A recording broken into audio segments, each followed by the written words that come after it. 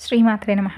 అమ్మతో ప్రయాణానికి స్వాగతం. అందరికీ అమ్మవారి ఆశీస్సులు ఉండాలని మనస్ఫూర్తిగా ఆ తల్లిని వేడుకుంటూ ఈరోజు ఆషాఢ మాసపు శనివారం పరమ పవిత్రమైనటువంటి ఈ కథలను భక్తి శ్రద్ధలతో ఆలకించండి. స్వామివారి అనుగ్రహం మనపై సంపూర్ణంగా కలుగుతుంది. వెంకటేశ్వర స్వామివారికి పద్మావతి అమ్మవార్లకు వివాహం జరిగిన తర్వాత వారు అగస్త్యుల వారి యొక్క ఆశ్రమంలో ఆనందంగా జీవిస్తూ ఉంటారు. అలా కొంతకాలం గడిచిపోతుంది. ఒకనాడు వార్తాహరుడు నారాయణపురం నుండి వచ్చి శ్రీహరి దంపతులతో, స్వామి, ఆకాశరాజు తీవ్రమైనటువంటి అనారోగ్యంతో బాధపడుతూ ఉన్నారు, మిమ్మల్ని ఒకసారి చూడాలని వేడుకుంటున్నారు అని చెబుతారు.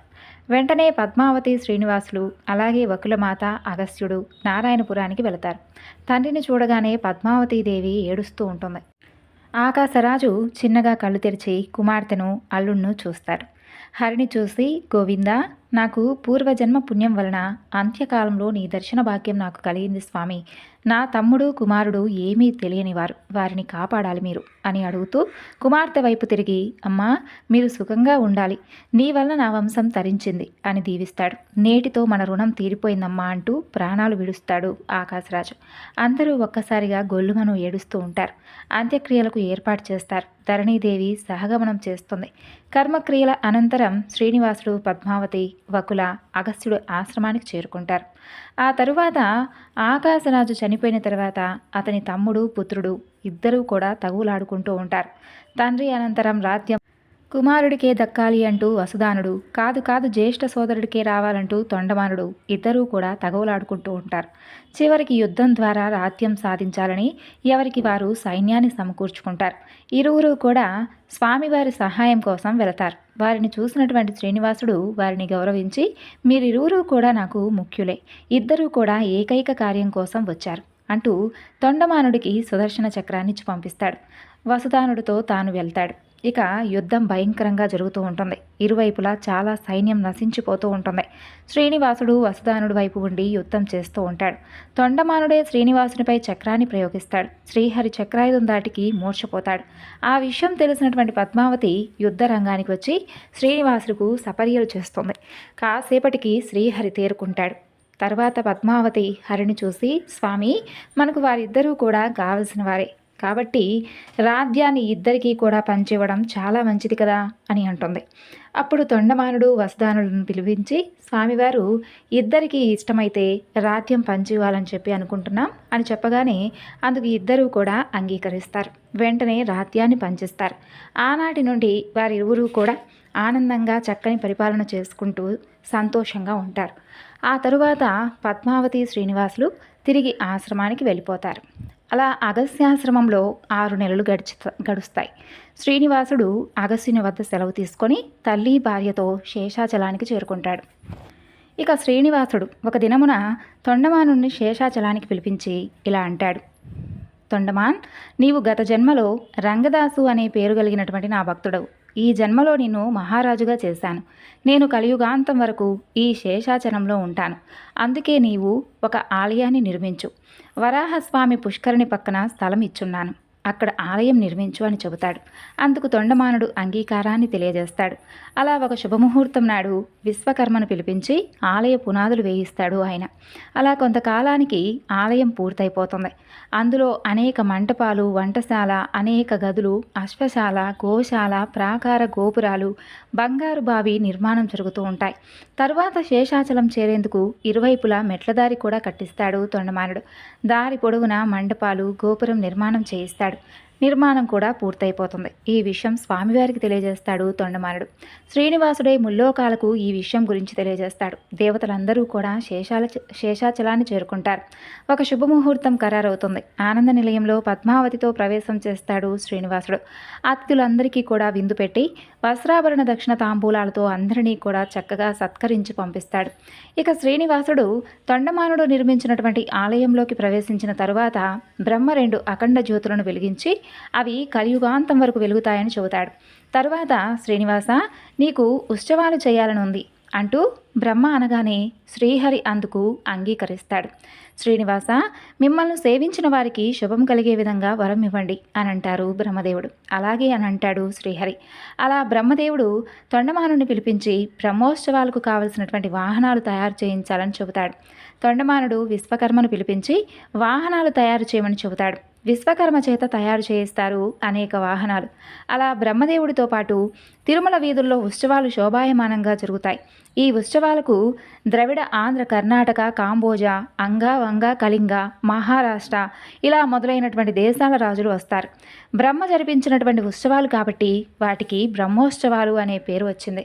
ఇప్పటికీ కూడా ప్రతి సంవత్సరం ఆశ్వాయుజ మాసంలో ఘనంగా ఈ ఉత్సవాలు జరుగుతూ ఉంటాయి. ఇక తరువాత కొల్హాపురంలో తపస్సు చేసుకుంటూ ఉన్నటువంటి మహాలక్ష్మి తల్లి వద్దకు శ్రీనివాసుడు వెళ్తాడు. కానీ ఆ తల్లి దర్శనం లభించలేదు. అప్పుడు ఆకాశవాణి ఇలా వినిపిస్తుంది. ఆనంద నిలయవాస, ఈ మహానగరంలో కొలువైనటువంటి మహాలక్ష్మి నీకు దర్శనం ఇవ్వదు. నీవు ఇక్కడి నుండి దక్షిణంగా వెళ్ళి సువర్ణముఖి నది ఉత్తర తీరానికి వెళ్ళి అక్కడ ఈటి బల్లాలతో ఒక సరస్సు నిర్మించు. ఆ పవిత్ర జలాల్లో దేవలోకం నుండి తెచ్చినటువంటి బంగారు పద్మాలను ప్రతిష్ఠించు. ఆ తరువాత 12 సంవత్సరాల పాటు మహాలక్ష్మిని ఉపాసన చెయ్యి. అప్పుడు నీ తపస్సు ఫలించి లక్ష్మి నిన్ను తప్పకుండా చేరుకుంటుంది అని ఆకాశవాణి ద్వారా వినిపిస్తుంది. వెంటనే గరుడుణ్ణి అధిరోహించి ఆది వరాహ క్షేత్రాన్ని చేరి పుష్కరిణిలో స్నానం చేసి సువర్ణముఖి తీరాన్ని చేరుకుంటాడు స్వామివారు. ఇక పద్మ సరోవరాన్ని ఏర్పాటు చేస్తాడు. అలా కొంతకాలం నిరాహారంగా, మరికొంతకాలం పాలు తీసుకొని బీజాక్షరాలతో శ్రీ మహాలక్ష్మి మూలమంత్రాన్ని జపిస్తూ 12 సంవత్సరాల కాలం పాటు గడుపుతాడు.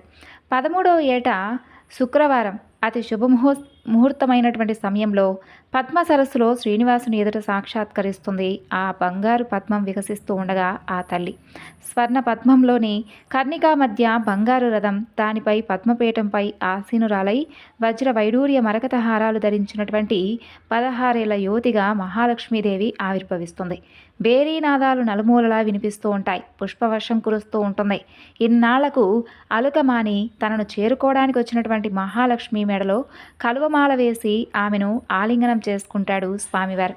ఇలా కొల్హాపురంలో ఉన్నటువంటి లక్ష్మి తన అంశతో వీరలక్ష్మిగా అవతరింపచేస్తాడు స్వామివారు. ఇక కొల్హాపురం నారదుడు వెళ్తాడు. అతన్ని చూసి లక్ష్మి, నారదా, స్వామి ఏమైనా ఇబ్బంది పడుతున్నాడా అని అడుగుతుంది. అమ్మా, హరి వివాహం చేసుకున్నాడు, సంతోషంగా ఉన్నాడని చెబుతాడు నారదుడు. నేనుండగా వివాహం చేసుకున్నాడా అంటూ శేషాచలం వెళుతుంది ఆ తల్లి. నందనవనంలో పద్మావతితో సంచరిస్తూ ఉన్నటువంటి స్వామిని చూసి విచారిస్తూ ఉంటుంది. నివాస మందిరానికి వారు వచ్చే వరకు అలా వేచి ఉంటుంది ఆ తల్లి. శ్రీనివాసుడు లక్ష్మిని చూసి నిశ్చేష్టుడవుతాడు. పద్మావతి లక్ష్మిని చూసి, నీవెవరవు? దంపతులు ఉన్న చోట రాకూడదని నీకు తెలియదా అని అనగానే లక్ష్మీదేవి ఆగ్రహంతో, నేను ఈ శ్రీహరి భార్యను అని అనగానే పద్మావతి ఆమెతో వాదనకు దిగుతుంది. ఇక స్వామివారు వారి వాదనలు వినలేక 7 అడుగులు వెనక్కు జరిగి పెద్ద శబ్దం చేస్తూ శిలగా మారిపోతాడు. ఆ శబ్దానికి ఇద్దరూ కూడా వెనక్కి చూసి స్వామి శిలగా మారడంతో దుఃఖిస్తూ ఉంటారు. శిలగా మారినటువంటి స్వామి ఇలా అంటాడు, లక్ష్మి, రామావతారంలో రావణుడి చెరలో ఉన్నటువంటి ఆ వేదవతియే ఈ పద్మావతి. నీవప్పుడు ఈమెను వివాహం చేసుకోమని అడిగావు. నేను ఈ అవతారంలో ఏకపత్ని వ్రతుడను కాబట్టి కలియుగంలో చేసుకునేందుకు అంగీకరించాను. నీ కోరిక ఇప్పుడు నేను తీర్చాను. ఇందులో ఎవరి తప్పు లేదు అని చెబుతాడు.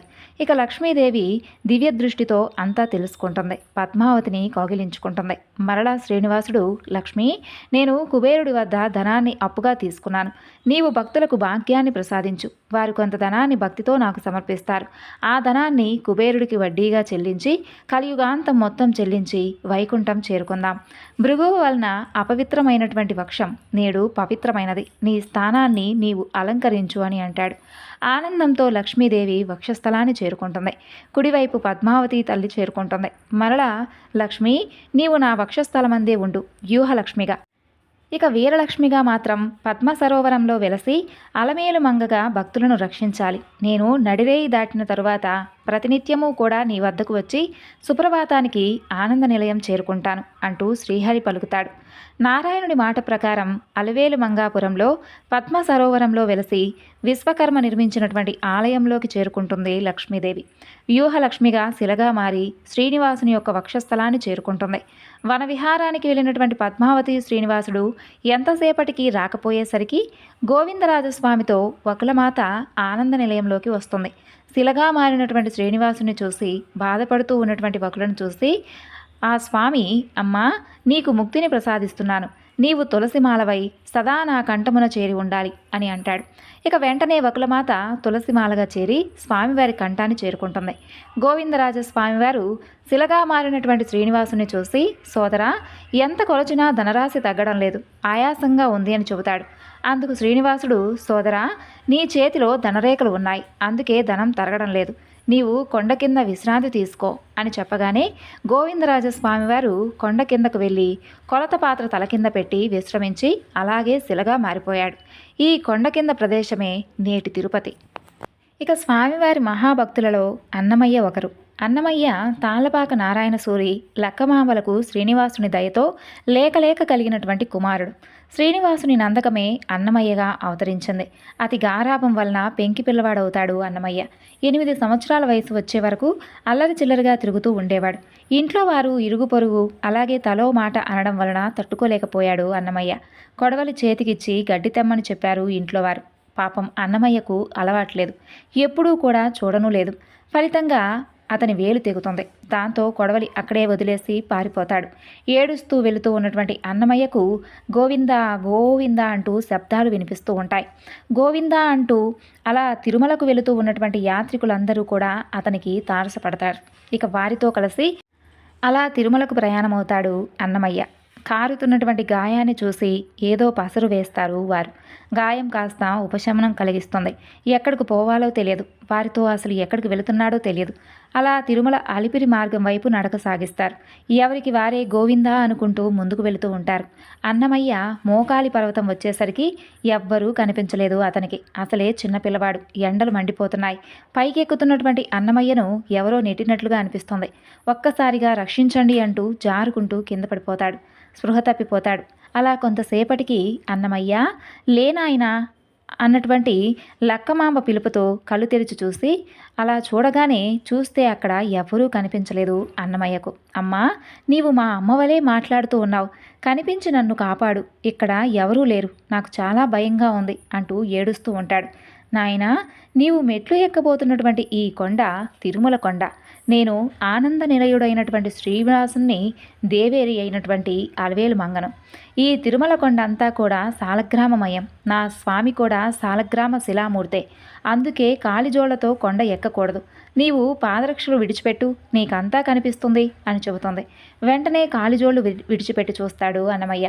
వెంటనే అలమేలు మంగమ్మ ఆమె వెనుక తిరుమల కొండ మెరిసిపోతూ కనిపిస్తుంది. నేను బాలుడను, తెలియక చేసినటువంటి తప్పుకు నన్ను, మా అమ్మా నాన్నలను, అలాగే మమ్మల్ని అందరినీ క్షమించు అంటూ పాదాభివందనం చేస్తాడు. అలమేలమంగ, నాయనా, ఎప్పుడు తిన్నావో ఏమిటో, ఇది స్వామివారి లడ్డు, ఇది పులిహోర, ఇది చక్కెర పొంగలి అంటూ అన్నమయ్యకి ఇస్తుంది. అన్నమయ్య వద్దమ్మా అని అంటున్నా కూడా అమ్మ కొసరి మరీ తినిపిస్తుంది. వెనువెంటనే అన్నమయ్యలో ఆధ్యాత్మిక శక్తి ఆవహిస్తుంది. వెనువెంటనే అలవేలు మంగమ్మ తల్లిని 100 పద్యాలతో ఆశువుగా స్తోత్రాలు చెబుతాడు. అమ్మ చూపించినటువంటి దారివైపు వెళుతూ అదిగో అల్లదిగో శ్రీహరివాసము అంటూ కొండ ఎక్కి స్వామిని దర్శించుకుంటాడు. అలా ఆశువుగా కొన్ని వేల పద్యాలు రాసి తరిస్తాడు. ఇక స్వామివారి భక్తులలో ఒక మూఢ బోయవాడు భక్తి కూడా ఉంది. ఆ భక్తి ఏమిటో ఈ కథ ద్వారా తెలుసుకుందాం. వెంకటాచల సమీప గ్రామంలో వసువు, చిత్రావతి అనేటటువంటి బోయ దంపతులు నివసిస్తూ ఉండేవారు. వారికి సువీరుడు అనే కుమారుడు ఉండేవాడు. వసువు ప్రతిరోజు కూడా అడవికి వెళ్ళి వెదురు బియ్యం, దుంపలు, పుట్టతేనే తెచ్చేవాడు. చిత్రావతి ఆ వెదురు బియ్యం అన్నాన్ని ఇంట్లో ఉన్నటువంటి ఒక బండరాయిని భగవంతుడిగా భావించి వండినటువంటి అన్నాన్ని నివేదిస్తూ ఉండేవారు. ఒకరోజు వసువు ఎంతసేపటికి ఇంటికి చేరుకోలేదు. సువీరుడు కుందేలు వేటాడి తెచ్చి అమ్మకిస్తాడు.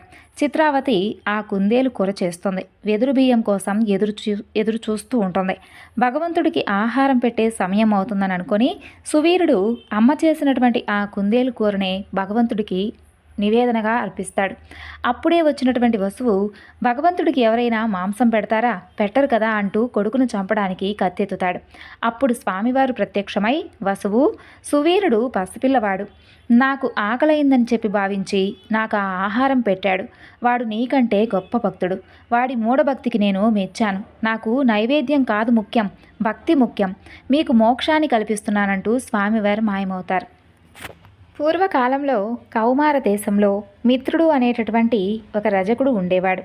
అతను తన యొక్క కులవృత్తినే నిర్వహిస్తూ వీలున్నంతలో దాన ధర్మాలు చేసుకుంటూ ధర్మపరంగా జీవిస్తూ ఉండేవాడు.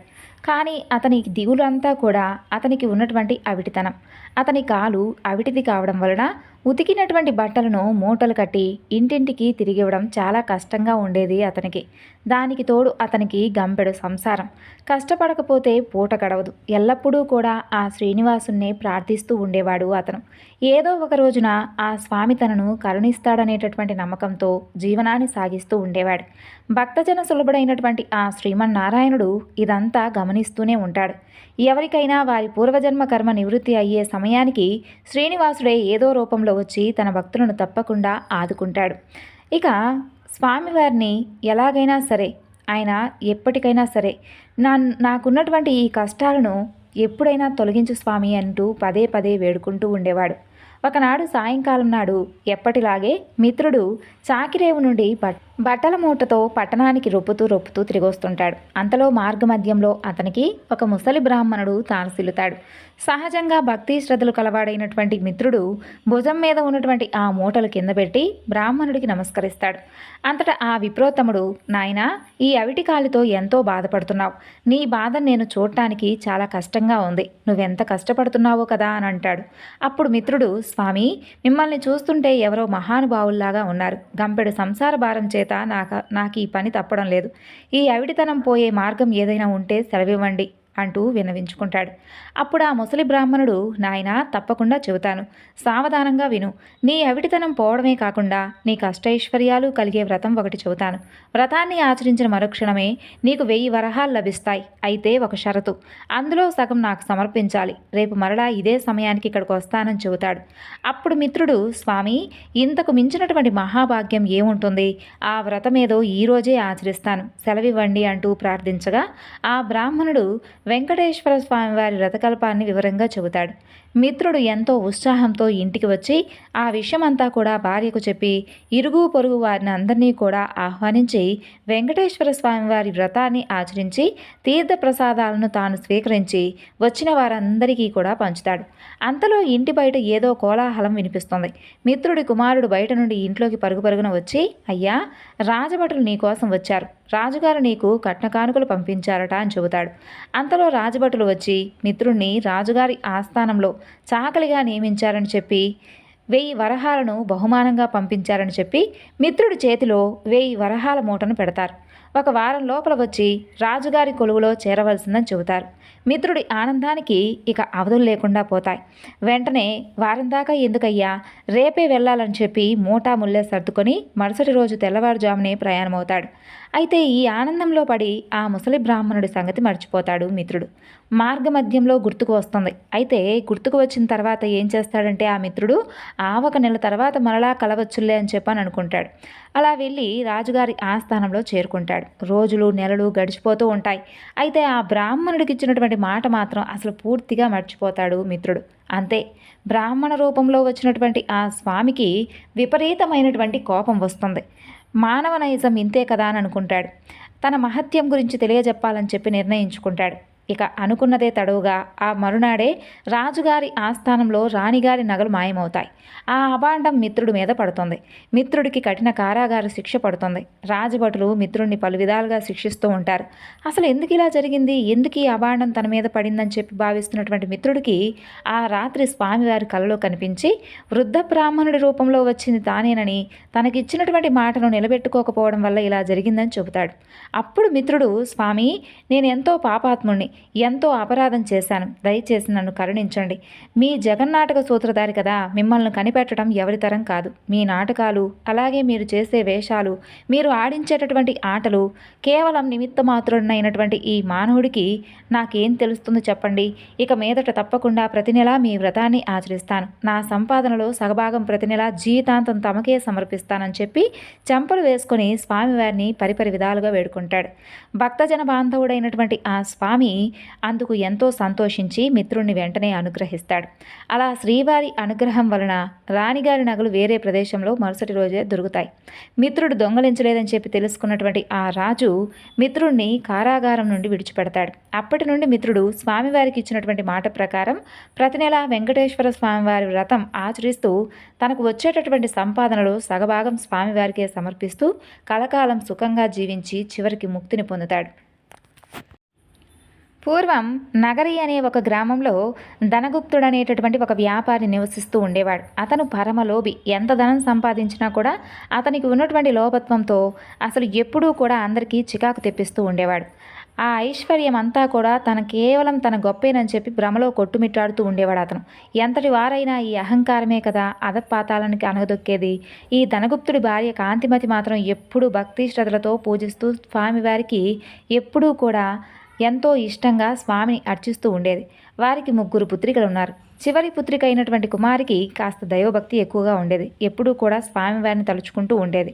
తండ్రికి తెలియకుండా వీలున్నప్పుడల్లా కూడా వెంకటేశ్వర స్వామివారి ఆలయానికి వెళ్ళి స్వామిని దర్శించుకొని వస్తూ ఉండేది. ఇంటికి తీసుకొచ్చినటువంటి ప్రసాదాన్ని అందరూ స్వీకరించినా తండ్రి మాత్రం ఎప్పుడూ తీసుకునేవాడు కాదు. భర్తకున్నటువంటి ఆ ప్రవర్తనకు కాంతిమతి ఎప్పుడూ బాధపడుతూ ఉండేది. ఒకనాడు కుమారి తన స్నేహితుల ఇంట వెంకటేశ్వర స్వామివారి వ్రతం జరుగుతుందని చెప్పి తెలుసుకొని ఆమె కూడా ఆ వ్రతగతులు విందామని చెప్పి అక్కడికి వెళ్తుంది. వ్రతం పూర్తయ్యే వరకు మిట్ట మధ్యాహ్నం అవుతుంది. ప్రసాదం తాను స్వీకరించి కొంచెం పొట్లం కట్టించుకొని ఇంటికి బయలుదేరుతుంది. అయితే అలా వెళుతున్నటువంటి ఆ అమ్మాయికి మార్గ మధ్యానికి వచ్చేసరికి ఎండ ఎక్కువగా తీవ్రతగా ఉంటుంది. కాబట్టి ఎక్కడైనా కాస్త కొంచెం దాహం తీర్చుకుందాలని చెప్పి అనుకొని ఆ పక్క వీధిలోనే తన తండ్రి అంగడి ఉందని చెప్పి గుర్తుకొస్తుంది. ఆ అంగడికి వెళ్ళి వ్రతం గురించి తండ్రికి చెప్పకుండా నీళ్ళు అడిగి తాగుతుంది. తండ్రి కోపగించుకుంటాడేమోననేటటువంటి భయంతో కంగారుగా దాహం తీర్చుకొని వడివడిగా ఇంటికి వెళ్ళిపోతుంది. అయితే ఈ హడావిడిలో కుమారి ప్రసాదం పొట్లం దుకాణంలోనే మర్చిపోయి విడిచిపెట్టి వెళ్ళిపోతుంది. అంతలో ఆ బజార్లో ఒక్కసారిగా అలజడి మొదలవుతుంది. ఏమిటంటే ప్రజలందరూ కూడా ఆహాకారాలు చేస్తూ పరుగులు పెడుతూ ఉంటారు. అక్కడ పెద్ద అగ్ని ప్రమాదం సంభవించి ఆ వీధిలో ఉన్నటువంటి దుకాణాలన్నీ కూడా అగ్నిదేవుడి ప్రతాపానికి ఆహుతి అవుతూ ఉంటాయి. అసలే మిట్ట మధ్యాహ్నం, దానికి తోడు తీవ్రమైనటువంటి వడగాలి. ధనగుప్తుడి శరీరం అంతా కూడా భయంతో కంపించిపోతుంది. ఇంకొద్ది క్షణాల్లో తన కన్నెదుటే తన దుకాణం కూడా బూడిద కావాల్సింది. అయితే ఈ ఆలోచనలతో అతని చేతులు కూడా వణికిపోతుంటాయి. దుకాణం నుండి అందరూ బయటకు పరుగులు తీస్తూ ఉంటారు. కానీ అతను మాత్రం అలాగే ఉండిపోతాడు. ఆ దుకాణాన్ని విడిచిపెట్టి పోబుద్ధి కావడం లేదు అతనికి. ఉంటే తాను కూడా మసైపోతాడు కదా. ఈ కంగారులో చేతికి అతనికి ఏదో ఒక పొట్లం తగులుతుంది. ఏ ఆలోచన లేకుండా వెంటనే ఆ పొట్లంలో ఉన్నటువంటి పదార్థాన్ని నోట్లో వేసుకుంటాడు. ఇక అదేదో ఆ పదార్థం తీయగా అనిపిస్తుంది. అంతేకాదు మనసు కూడా కొంచెం స్థిమితపడినట్లుగా అనిపిస్తుంది అతనికి. అప్పుడు ఒక అద్భుతమైనటువంటి సంఘటన జరుగుతుంది. మంటలన్నీ కూడా ధనగుప్తుడి ముందు దుకాణం వద్ద ఆగిపోతాయి. ఒక్క నిప్పురవ్వ కూడా తన దుకాణంపై పడదు. ఏమిటి విచిత్రం, ఏమిటి మాయ? ధనగుప్తుడికి నోట మాట కూడా రాదు. అంతలో ఆ వీధిలో అగ్ని ప్రమాదం జరిగిందని చెప్పి తెలిసి భార్య కాంతిమతి కుమార్తెలతో సహా భయాందోళనలతో ఆ శ్రీనివాసునే ప్రార్థిస్తూ అక్కడికి వస్తారు. దుకాణం వరకు వచ్చినటువంటి మంటలు పక్కనే ఉన్నటువంటి అంగడి వద్దే ఆగిపోవడం చూసి సంభ్రమాశ్చర్యాలకు లోనవుతారు. అప్పుడు కుమార్తెకు తాను దుకాణంలో మర్చిపోయినటువంటి పొట్లం గుర్తుకొస్తుంది. ధనగుప్తుడు అంతకుముందు తాను తినది ఆ పొట్లంలోని పదార్థంగా తెలుసుకుంటాడు. కుమారి ఆ పొట్లం వెంకటేశ్వర స్వామివారి ప్రసాదం అని చెప్పి తాను వ్రతంలో పాల్గొనడం అంతా కూడా వివరించి చెబుతుంది. తాను స్వీకరించినటువంటి ఆ ప్రసాద మహత్యం వల్లే ఇదంతా కూడా జరిగింది, తాను ప్రమాదం నుండి బయటపడినట్లుగా తెలుసుకుంటాడు ధనగుప్తుడు. స్వామివారిని క్షమించమంటూ చంపలు వేసుకుంటాడు. సాయంకాలమే ఊరి వారందరినీ పిలిచి స్వామివారి వ్రతాన్ని భక్తి శ్రద్ధలతో ఆచరిస్తాడు. అప్పటి నుండి ఆ వర్తకుడు పూర్తిగా స్వామివారి సేవకే తన యొక్క శేష జీవితాన్నంతా కూడా గడిపి చివరికి ముక్తిని పొందుతాడు. కేవలం ప్రసాదాన్ని స్వీకరించినంతనే ఎంతటి ఆపద నుండి బయటపడ్డాడో చూశారు కదా. వెంకటేశ్వర స్వామివారి యొక్క వ్రతమహత్యం ఎంతటి అద్భుతమైనదో ఇప్పుడైనా మనకు అర్థమైంది కదా. మనందరం కూడా వీలున్నప్పుడల్లా స్వామివారి వ్రతాన్ని ఆచరించి స్వామివారి కృపకు పాత్రుడవుదాం. ఆ స్వామి అనుగ్రహం మనపై ఎప్పుడూ ఉండాలని మనస్ఫూర్తిగా ఆ వేడుకొండల వాడిని మరొకసారి వేడుకుంటూ ఈరోజు ఈ వివరణను ఇంతటితో ముగిస్తున్నాను. మరొక చక్కని వివరణతో మళ్ళా కలుసుకుందాం. అంతవరకు నమస్కారం. సర్వం శ్రీ లలితార్పణమస్తు. స్వస్తి.